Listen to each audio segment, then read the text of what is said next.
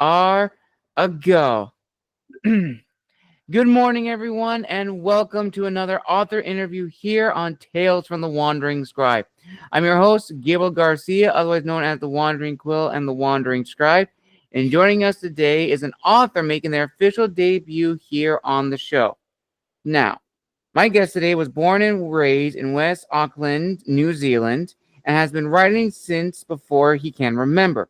One of his earliest stories involves a hero combating a group of enemies atop a bridge, and little has changed over the decades as my guest continues to write epic action with a particular, if strangely specific, love for fights that take place on bridges. Growing up on a farm, he developed a deep appreciation for nature, spending much of his childhood and teenage years exploring the native New Zealand bush. Over time, he developed a love of history, particularly for the medieval and ancient periods. His copy of Stephen Biesty's cross-section book on castles became well worn from being pored over daily. Now living on the Canadian West Coast, he combines his passions for nature, history, and human nature into his works, infusing all three into stories with strong characters, human moments, and down-to-earth storytelling set in a vast fantasy world.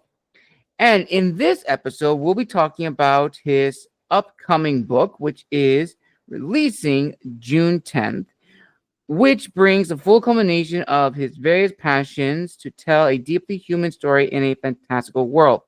Cast with colorful characters and moving through dangerous imaginative locations, his book tells a deeply human tale of lost friendship and the cost of our desires versus the price of our needs. So without further ado, let's give a huge round of applause to today's guest, author of The Impossible Debt, Mr. J.R. Carter. J.R., welcome to the show.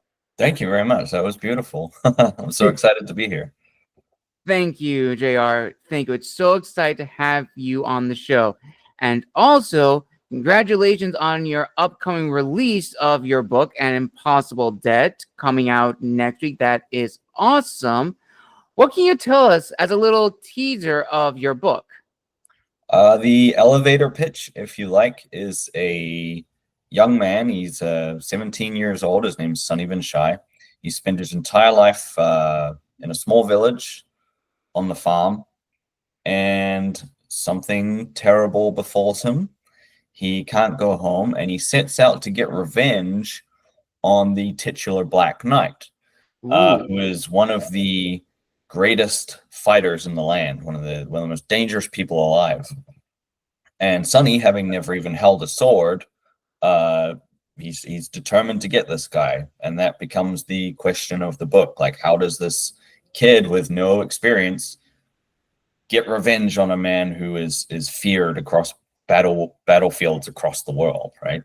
Absolutely. That is awesome. And I like how it's like the Black Knight, because in literature and in fiction, the Black Knight is often seen as the most dangerous fighter in, any media. And of course, in history, we have, of course, the famous Black Knight or the Black Prince, which if you look at the English history, that refers to a specific English lord.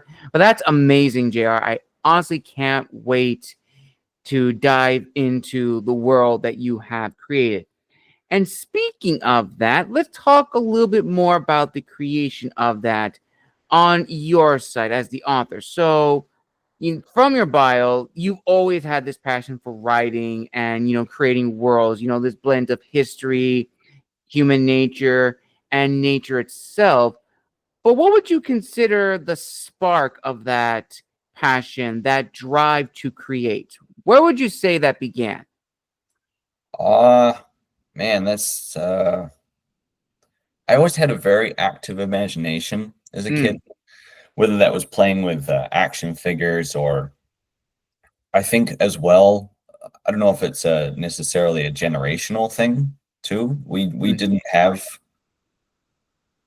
iPads, and I mean, I had 3 television channels growing up, and most of the time there was nothing that a 6-year-old, 5-year-old boy was interested in watching, right? It was like the news or whatever else. you really had to use your imagination to stay entertained. So how that turned into telling stories, I really am not sure. It was almost like an urge to make my fantasies tangible, I guess, Mm. in a way. Uh, and throughout school, I always enjoyed writing the creative writing assignments to the point where by high school I was going to my English teachers and be like, "Hey, like on the slide, can you give us another creative writing assignment?"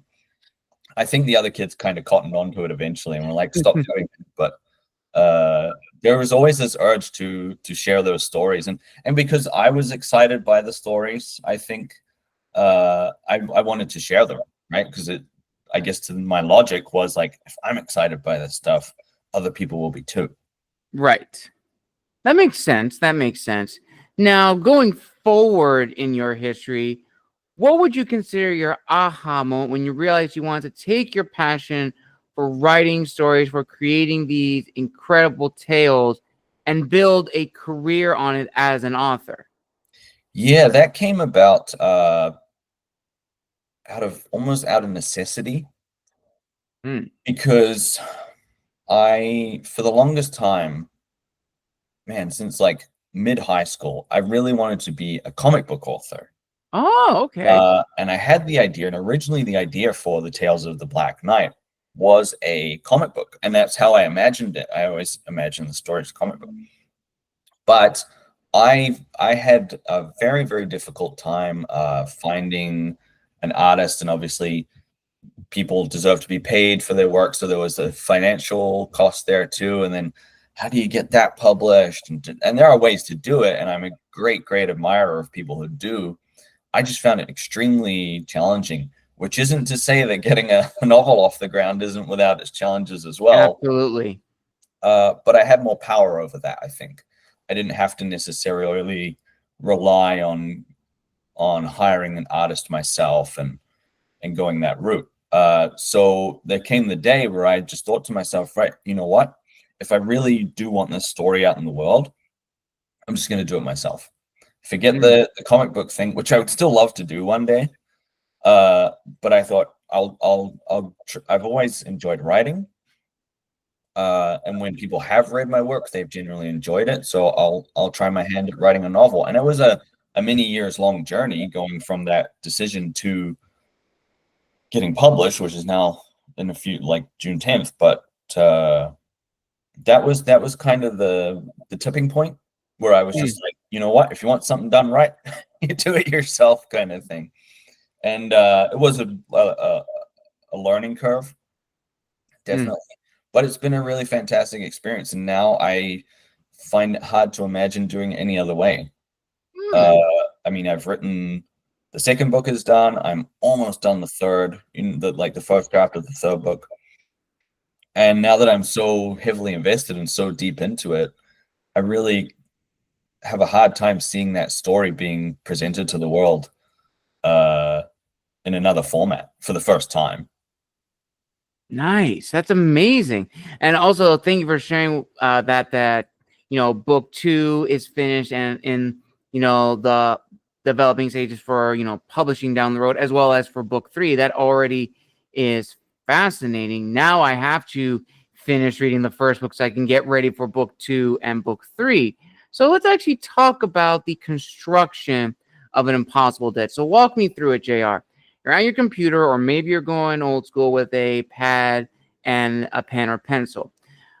What were the goals you had going into this project as the author, as well as the promise making to your future readers? Right. Yeah. So the number one goal that I always set out to achieve is to entertain.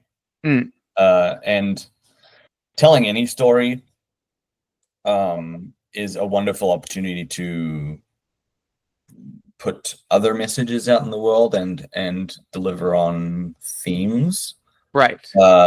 But goal number one is always to entertain, and I write with the number one rule when I write is to write the kind of story that I want to read. Mm.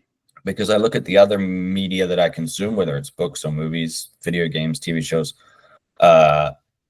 And obviously there's other people in the world that like those things too. Right. So I look at that and I say, well, if I like what I'm writing, there's going to be other people in the world that enjoy the story as well. Just a kind of simple logic, right? And in so doing, I accept the fact that not everyone in the world it's not gonna be for everyone. But Absolutely. the people who do like it will really like it, right? Hmm. And those are the people I want to find and entertain. Mm. Uh, and that's that. It starts there though. It starts with me and being like, what's the story I want to read, and and no one else is doing it in that exact specific way, right? The way Right. that the way that I can write it or the way that I can deliver it. So that's where it becomes important for me to be like, well, I gotta make it and write this thing, because the whole process of writing it, the first draft, coming up with the ideas, that's super entertaining to me. So it's work, but I'm constantly entertained while doing my work as well, right? Hmm. That's very true. That is very true. Now, as a little fun question, JR, when you began the first book, did you go the way of a plotter or a pantser? Um, I kind of mix the two a lot. I think with the first book, it was probably a lot more pantsed Hmm. in the beginning. I definitely had the rough idea and I had the ending in mind. But all the middle stuff, a lot of the supporting characters, they didn't really show up until I was in the midst of writing it. Mm. It was very much like, okay, I need someone to fill this role. Who fills that role? And then I guess it's a subconscious thing, or maybe it's just a form of magic. I have no idea. But then the character would appear right in my Right. mind, and I would go, okay, this person fills that role, and okay, how do they fill that role? Hmm. What does their personality bring to that? And that's where they would grow from there. And that can even introduce and did introduce different plot lines and points throughout the story, right? And events throughout the story. So it's a very natural, kind of organic way of doing it. Mm. Even when I think I plotted book 3 pretty heavily, but it's very broad, right? Right. Here's your beginning, middle, end. Even if I break it down by chapter, it'll be like a paragraph. Right. Chapter 5, this happens. This also happens. So and so says this, the end. But then when you get into the nitty gritty of it, that's where I'm pantsing a lot of that, turning 100 words into 2,000 or whatever it ends up being. Right. That makes sense. That makes sense. Now, from that point, when you began writing the first draft of An Impossible Dead, at what point did you share it with friends and family? Because I know authors, when it comes to that part of writing, or at least that period, there's a hesitancy to share it, outside of, one's inner space. And sometimes some authors share with friends and family when they finish the first draft, or even when they've shared the first idea. So for you, at what point did you share with friends and family that you were working on this book, and what was the reaction like?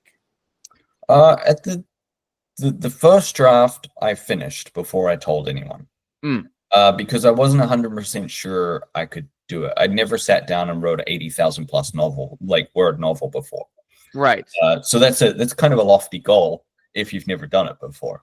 Mm-hmm. Uh, and I think really I only told my partner at the time. Mm. Hey, I wrote this first draft, and then I went back and I edited it again and again. Uh, and then because I didn't really in those days, I had no idea what I'm doing, and I'm far from claiming to be an expert even now. Mm. But she had a friend who was a high school teacher, and Ooh, I okay. printed it out and gave it to her, and I think she was probably the first person to read through the entire thing other than myself. Mm. And she kind of did the a little bit of edits, and then I went back and did it again. After that, it wasn't really until I hired my editor, who is still my editor now, Kim Cheel, when she read it, and then it was becoming more real, because at that point I'd hired someone to work on it, and then very slowly I was telling like family and friends, and hey, I'm gonna like try and get this thing published, and especially once I got my publishing contract, that's when I still think almost no one had read it at that point, other than my editors. But then it was tangible, right? Then it was really real. Right. I had this publishing contract, and I was like, "Hey, guess what? Like, this thing is actually becoming something, and we're turning it into a real book now." Nice. But yeah, the first draft, even now, nobody reads those. Every now and then, my partner will come in and kind of cheekily like look over his shoulder, and I'm like, "Stop! Don't look at it. It's a monster." Well, that's awesome. That's awesome that the reaction has been very positive. And that actually kind of leads into the next question, which is what I call the first of many reflective questions. So, as authors, whenever we work on a project, especially if like it's our first book, again, there is that hesitancy to share it with, family and friends. But once we make the decision to share it with our inner circle, then comes the next challenge. Do we want to publish it and just keep it for ourselves and our immediate family and friends? Or do we publish it and share with the world? And I've told a lot of authors who have who've gone that way, from the get-go, and they've said that there is that nervousness and hesitancy to publish, especially now in today's digital age, because on one end, you are able to meet a lot of authors, like-minded people, and fellow readers of the genre who are very interested in, the book you're writing. But on the other side, we do leave ourselves exposed to a lot of hate speech, trolls, spam, a lot of negativity, which can be very detrimental to an author's, mental health and overall well-being. And of course, the dreaded imposter syndrome is always going to be there, just waiting to strike. So I'm curious, JR, when you finished writing the first polished draft of An Impossible Debt, before you sent it to your editor and before it got published, what sort of disciplined you to sort of like trust your instincts to realize I'm going to make this into a trilogy? Because, for all authors, we usually don't think of, making a trilogy or making a stage from the get-go. We only focus on one book. So can you walk us through that process? Yeah, in terms of imposter syndrome, with the first book, I think I didn't really experience that because I guess I had let's call it new author, even though I was not new to writing, but almost like an overconfidence. And I think it Okay. goes back to that idea that, if I enjoy it, other people will as well. Right. And if people don't, that's 100% fine. They're not obligated to enjoy what I'm putting out into the world. The only time I really encountered where I was like questioning myself is when I had got my publishing contract, Mm. and that was all undergo. And I went back and I was working on book 2, and then just at the back of my mind, I had this thought like, wow, you know what? Like someday people are actually going to read this, because with book 1, there was never a guarantee of that, right? Right. It was a goal, but it was also kind of 50-50, like I'm doing this for fun. Whereas with book 2, at that point, I kind of knew or hoped, but knew that eventually people are actually going to read this. And I was starting to write with that in mind, which I didn't like. I didn't like that idea that I was writing with the audience in mind, almost. Because, like I said earlier, first and foremost, I write to entertain myself.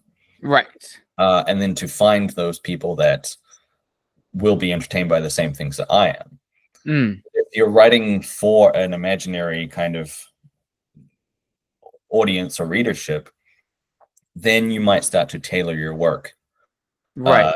to please others. And I don't like doing it that way, because you're gonna make people happy even if you don't do that, right? Right.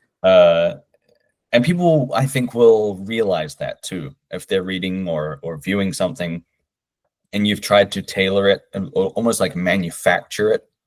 They'll be like, this feels very, not necessarily safe, but very purposeful in that way, less art and more of a product.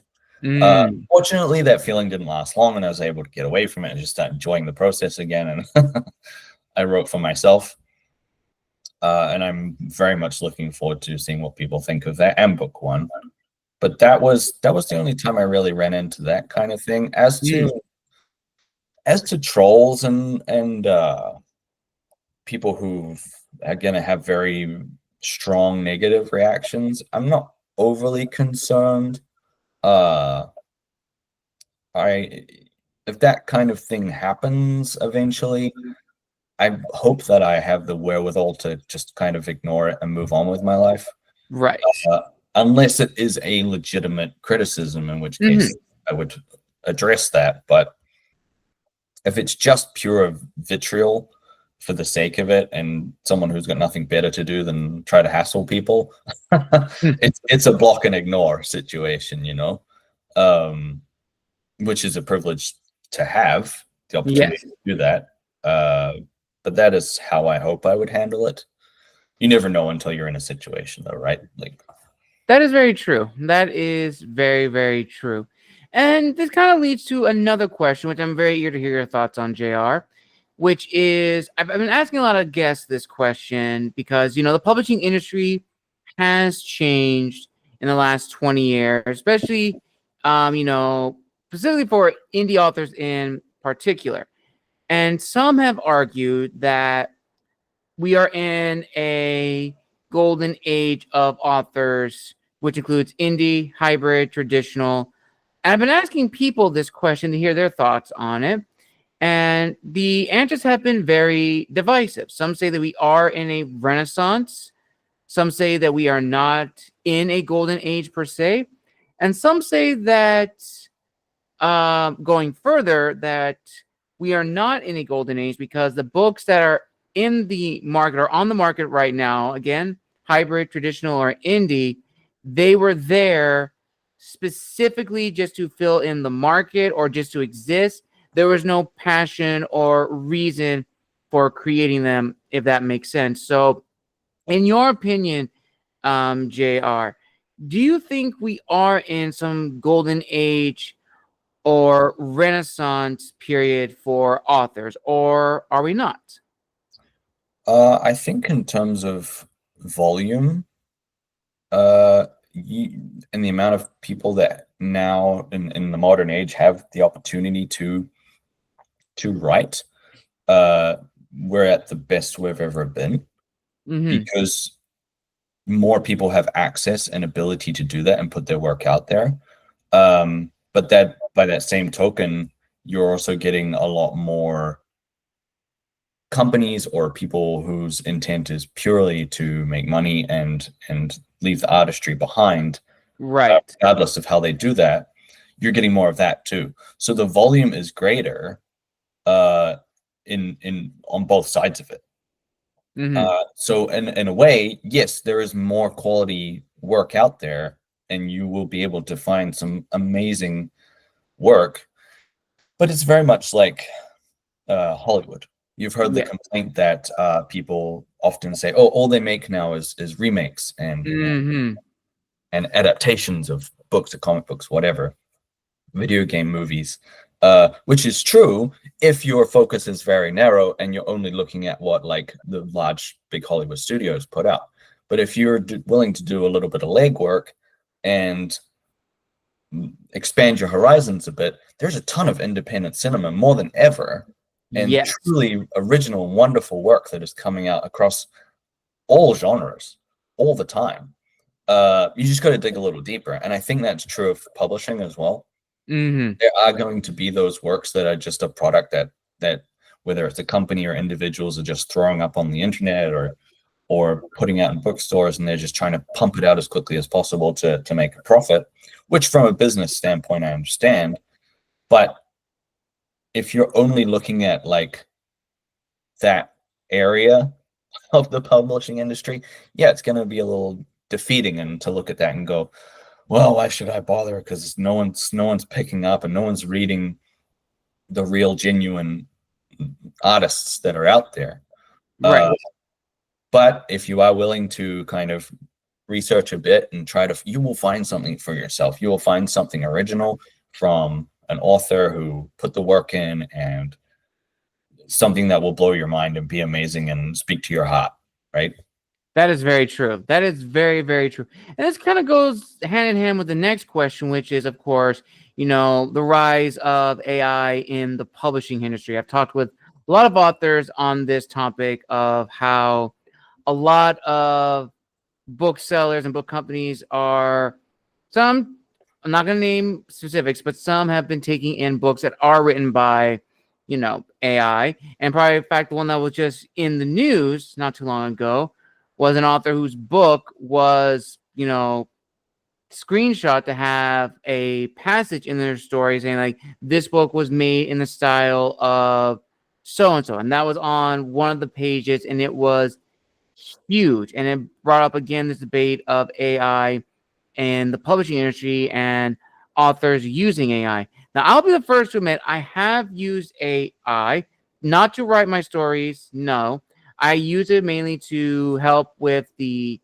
synopsis, to like retweak it, as well as to help refine my outline, as well as my characters. So I will be the first to admit that. But when it comes to the actual meat and potatoes, the nitty gritty of the book, that is all me because I use it as a tool.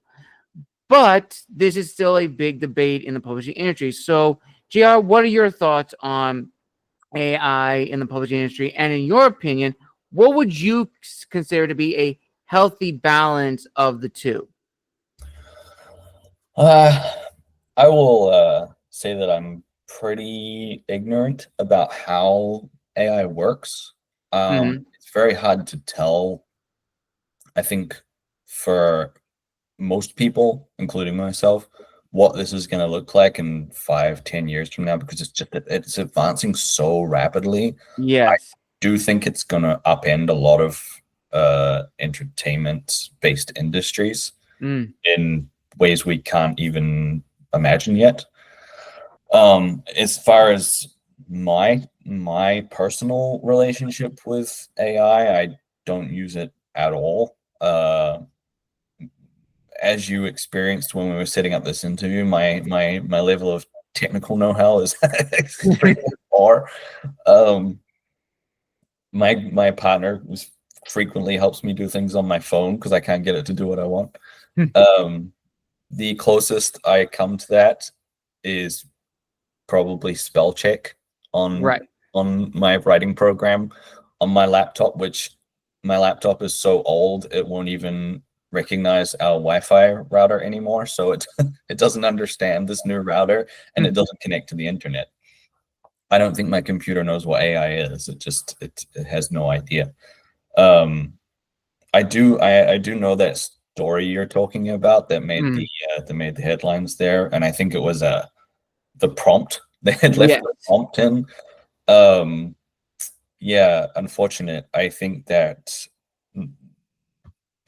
as I understand it, how a lot of those programs work is they kind of pilfer or steal data from large amounts of sources, be they books or whether it's artwork or films or whatever, and they kind of recobble it into something like a Frankenstein version, Right. of whatever it understands the prompt to be. I think that does rob something of the artistry from things. If you're typing in to the machine,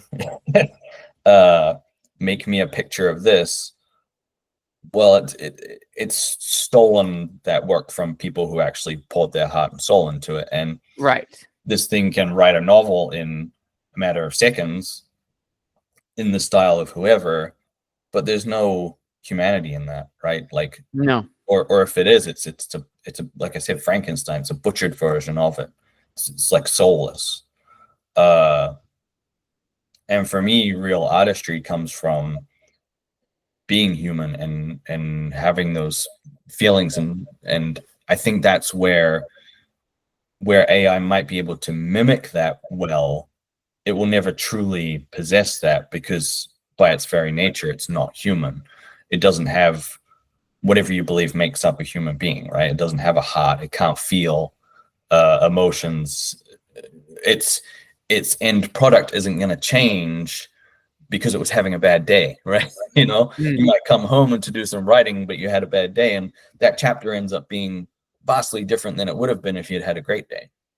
Right. Anything like that, it just can't draw from those experiences and those small human moments. It can't have introspection. It can't look at itself and step outside of itself and be like, well, not yet anyway. I really don't know what the future holds. It could, maybe one day it will, right? I have no idea. But me personally, no, I feel like it takes away from like I said, takes away from the artistry. And then for me personally, that's I wouldn't use it, because it's kind of pointless for me to do that, to say, here's my book, but a robot wrote it. That's very true. That is, very true. That's why this is like a very, difficult issue to like really figure out, because, again, as I would say, like, I'll be the first to admit I have used AI software. Grammarly has now started using it, but I only use it for certain stuff. But you're absolutely right. When it comes to the writing of the book, that's where the mastery, the artistry really comes in, to see the individual side of who brought this work to fruition. And if a program is doing it, then it may get the words down on paper, maybe as descriptive as you want it, maybe as detailed as you want it, but there's no you involved. And already as an author, that's already difficult as it is, because if you want to publish a book, you really have to sell yourself, and that's already a challenge in of itself. So let's actually talk about that as a little segue into the business side of being an author. So JR, once you finished writing the draft of An Impossible Debt, worked with your editor, got it all polished, and then you submitted it, how much research did you really go in to figure out what direction was the best for you? Yeah, I treated it a bit like online dating, in that I didn't well, my approach to it anyway was not to just click on every single publisher and every single agent and try to submit my book. It was to look at that publisher and first ask the question, is this publisher right for me? Is this the publishing house I want to work with? And then look at what are their, because every publishing house has different submission guidelines. So it's you can't just send them the same package. And I was tailor making every single one, which is what everyone should do, to every publisher.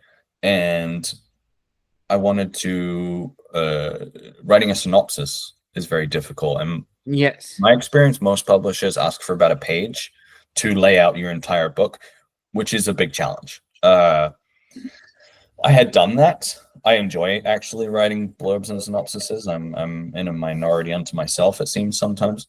But I did contact a guy called David Durr in, I hope I'm pronouncing his name correctly, he runs a company called Write by Night, and they really helped me. They're based out of New York, I think. They really helped me put together, make my synopsis that I had written it previously, but they really helped to make it a lot more professional. Right. So that was a big thing. And then, yeah, reaching out to publishers and agents. In the end, I didn't end up going the agent route because I got picked up by Roma Reeds. But that was really my approach to it, was to very specifically look at, like, what do they want? Is this book going to suit? Look at what they have published previously. Is it within their wheelhouse? If they're purely a horror publisher and they don't deal in medieval fantasy, there are horror elements to the book, but I'm not going to waste their time and mine right putting together a submission package for them to go, well, clearly you didn't read our website, you didn't put in the work. And that's one thing that publishers want to see right from the go, right? Mm-hmm. A job. If you show up late on your first day, right, or you show up late to the interview, which is probably more of a apt example. Right. What's the message you're sending? So if you're sending a publisher a package that doesn't line up with their requirements, already you've done yourself a disadvantage. Absolutely. So yeah, that was it. That was I made sure that I followed all those rules, and I was very fortunate to get picked up as quick as I did. I was very lucky in that way. Awesome. So once your book was picked up and then you went into the marketing side of your book to figure out, who is actually going to read this, would you consider yourself, going back to what you mentioned before, as how you want this book to be entertaining, would you consider yourself an author who writes to the market or target audience of the genre, or would you say that you're an author who targets readers like yourself, people who are interested in these types of stories? Yeah, definitely the latter. And that ties into what I was saying earlier about writing the kind of story I want to read. Mm-hmm. Because it stands to reason if I want to read it, other people will too, right? Right. So I'm looking for people with similar tastes to myself, and when those people read my book, I think they'll really, really love it.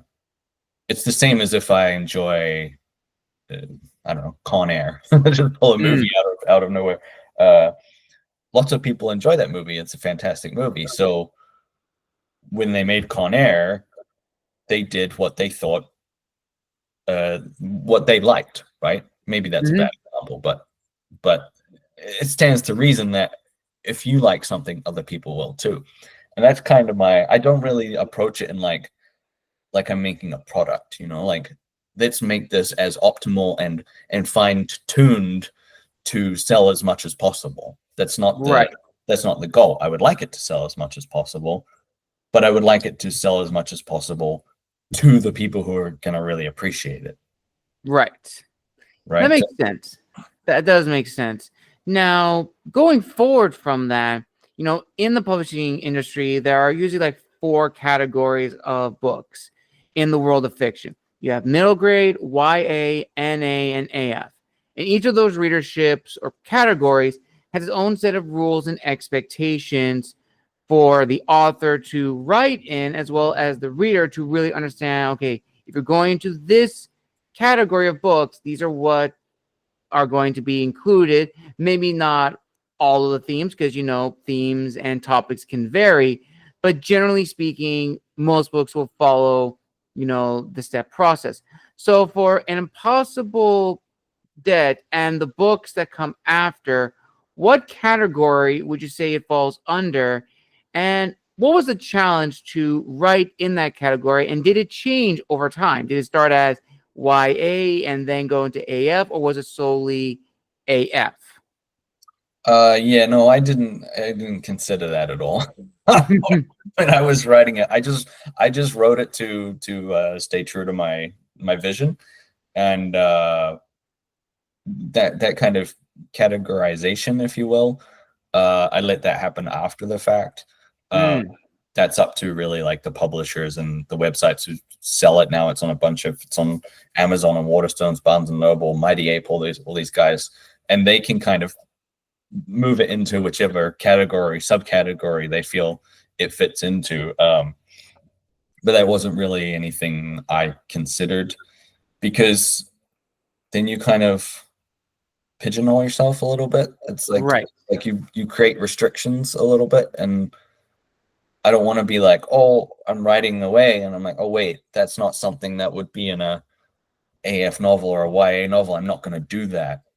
Then all of a sudden I've given myself a rule, like a rule to go by, and I'm like, oh, I don't want to play by the rules. I just want to make my story and get it out there, and leave that categorization up to people who are probably better suited at it than I am. That makes sense. That is very true. And then speaking of going back to what you said, writing the book that you want to write, this definitely brings up the topic of, balancing one's identity and individuality in the publishing industry. As I'm sure you'll definitely agree, JR, that for books, let's say if it's thriller, fantasy, epic fantasy, or dark dystopian, all books are going to be different, but they tend to follow the same beat, and readers are going to pick that up. They're going to realize that if it's a thriller novel, it's going to follow a certain style of storytelling. Even if it's very different from another author's, it's generally going to follow point A and in point B. And that can be very difficult for, new authors, because we find this balance where we have to respect the genre that we're in and the stories that came before. But we also want to showcase who we are as authors, because we don't want our stories to be so original that it's going to lose the reader in the story, but we also don't want to be a cut and paste of an already existing story and just slap our name on it. We want it to be like this good middle ground. So for you, JR, how have you been able to balance your individuality as the author, but also respecting the genre that you are writing in? I think the individuality in terms of like the author's voice just comes very naturally because I'm not trying to be anyone else or imitate anyone else. And even if I was to write a story that's based off the same premise, if you and I were given the same premise, we would write vastly different stories because our voices aren't going to be the same unless we were trying to imitate each other. Right. So that's where the individual side of things comes from, and why I don't really worry about people will make their comparisons that they feel are appropriate, and that's fine, but I don't worry about it when I'm actually writing it. Right. That is true. But I will say this, JR. I've had instances on this show. I've met two authors. We very similar backgrounds, same styles of storytelling. We wrote almost the exact same styles of story, where it's like angels, demons, apocalyptic world, war, and I'm thinking, are we a part of a hive mind or something? Because there's no way three authors from different parts of the world should be able to write the exact same style of story with the same type of main character. It freaked me out for a second, and I was like, oh, this is not normal. This is not normal. It was a pure coincidence, but it did freak me out a bit. But, almost what you said, even if we write the same type of story, it's going to be vastly different on an individual level of how they approach, certain topics, certain themes, and stuff like that. And this is a fun question. I don't really ask a lot of my guests, but I'm very curious, JR. Who would you say have been the biggest inspirations? What authors would you say have really helped you hone your authorial voice? It's going to be kind of for an odd answer, I think. There's a comic book author, Garth Ennis. He's quite widely known now because he's the author of The Boys, which is on Amazon, and prior to that, they adapted his work, Preacher. I think he's one of the most misunderstood authors, comic book authors ever, perhaps. A lot of the time, when people talk about his work, they talk about the violence and the kind of shocking nature of it, and the that's the point, and the end game of his work is to be shocking and surprising, and that is a part of his work. But if you've read enough of it, that's not all it is. There's just a great deal to it where his character work is fantastic. He has a series called War Stories. I think they're about 3 issues each. And within the space of a couple of pages, he's able to establish very quickly who a character is through like a little bit of dialogue and a little bit of body language. which is a credit to the comic book artist as well, of course. But All right. There's so much more to his work than he's often given credit for.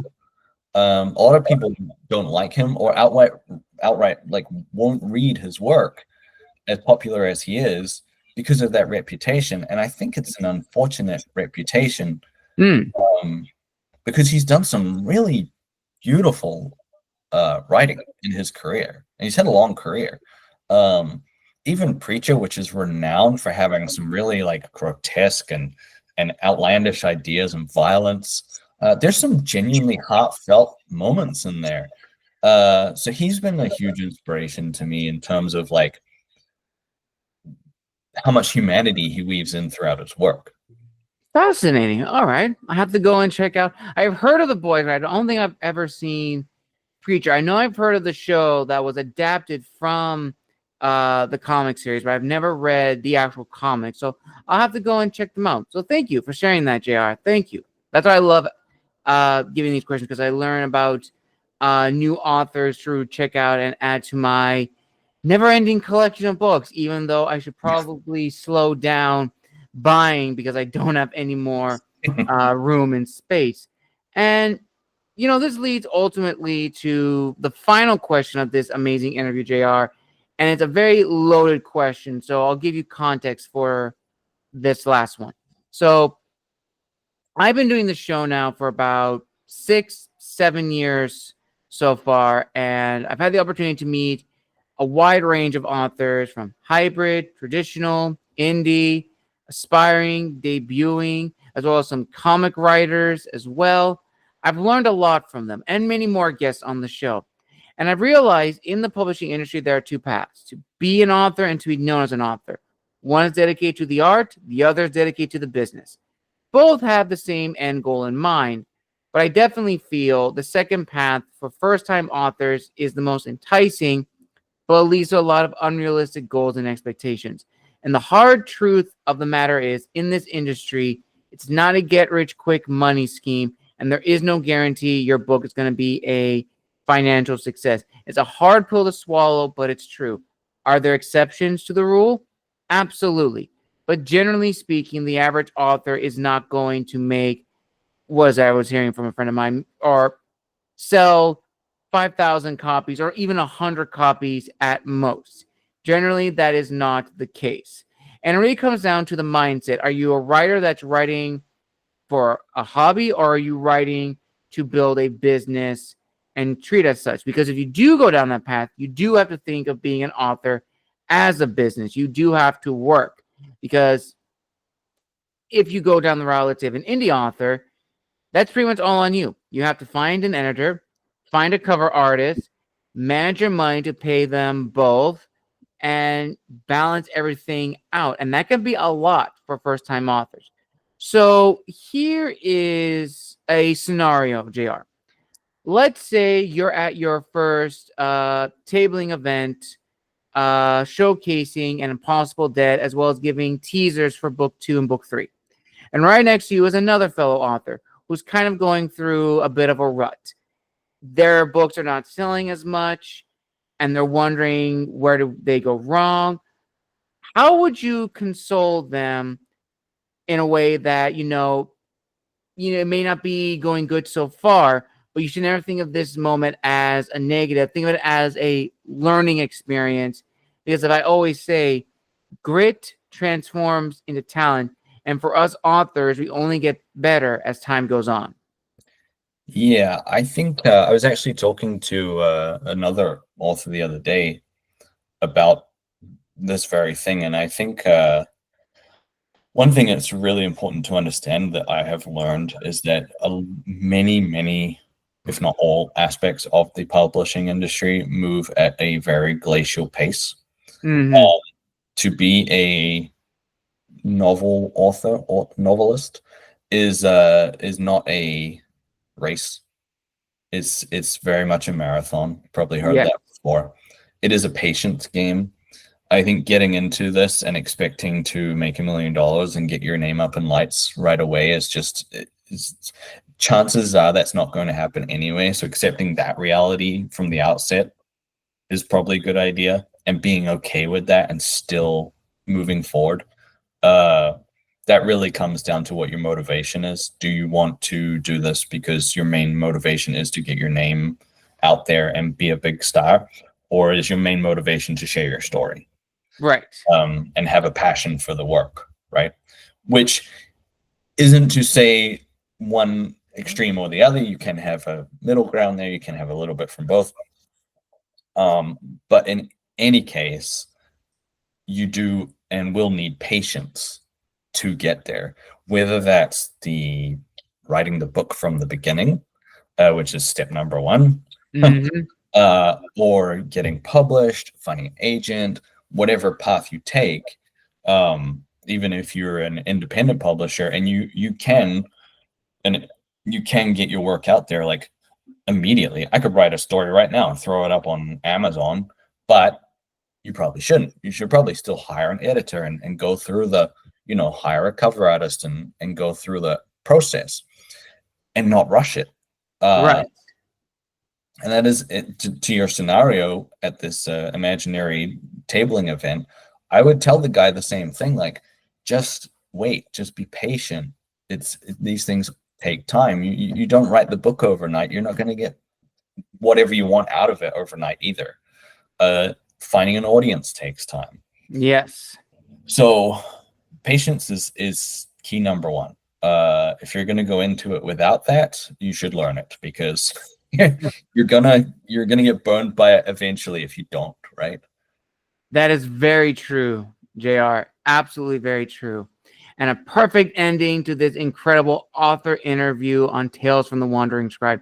Thank you, everyone, for joining us for an amazing author interview here on the show. A huge thank you to J.R. Carter for making its official debut. And we wish him the very best with the release of An Impossible Debt coming out next week. Now, JR, where can people find you on social media if they want to reach out and connect? And where can people purchase a copy of An Impossible Debt? Primarily, I'm on Instagram and Threads. I post quite a bit on both. And to purchase the book, you got the Amazons, the Barnes & Noble, Waterstones in the UK, Mighty Ape in my native New Zealand. Just punch it in and you'll find it there. Yeah. Awesome. Thank you so much for having me. This has been fantastic. You're welcome, JR. You're welcome. I will link all those down below in the description of this video. Thank you again, everyone, for joining us for another amazing episode. Make sure to like, comment, and subscribe down below to stay up to date with new episodes coming later next week and the weeks after. A huge thank you to JR for coming on the show, and I wish him the very best with Book 1, An Impossible Debt, as well as Book 2, and eventually Book 3 in his trilogy. And as always, this is the Wandering Scribe and the Wandering Quill signing out. Wishing you all a wonderful day wherever you are in the world. And until next time, we'll see you all in the next episode.